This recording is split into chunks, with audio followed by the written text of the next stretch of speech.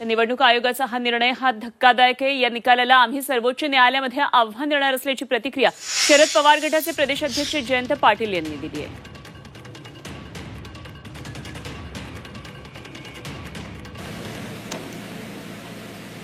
पवार साहेबांनी शून्यातून कार्यकर्ते निर्माण केले, तसा हा पक्ष देखील शून्यातून पवार साहेबांनी उभा केलेला होता।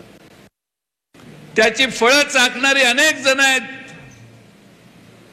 पवार साहेबांनी हा पक्ष निर्माण केला, महाराष्ट्राच्या मंत्रिमंडळात जाऊ शकली नाही तर अनेकांना आमच्यासारख्या मंत्रिमंडळ देखील दिसलं नसतं। आज तोच पक्ष पवार साहेबांच्याकडून हिसकावून घेण्याचा प्रयत्न होतोय। आम्ही सुप्रीम कोर्टापर्यंत जाऊ। आम्हाला सुप्रीम कोर्टातली ती शेवटची आशा आहे।